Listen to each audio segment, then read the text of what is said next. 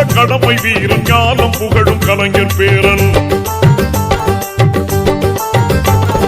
கருப்பு சிவப்பு படையின் வீரன் களத்தில் வெல்லும் துணிச்சல்காரன் காலம் கொடுத்த கடமை வீரன் ஞானம் புகழும் கலைஞர் பேரன். திருப்புவளையின் வழியில் வந்த தமிழ் குருதி இளம் திராவிடருக்கு தலைமை தாங்கும் உதயநிதி. திருப்புவளையின் வழியில் வந்த தமிழ் குருதி இளம் திராவிடருக்கு தலைமை தாங்கும் உதயநிதி. கருப்பு சிவப்பு படையின் வீரன் களத்தில் வெல்லும் துணிச்சல்காரன் காலம் கொடுத்த கடமை வீரன் ஞானம் புகழும் கலைஞர் பேரன்.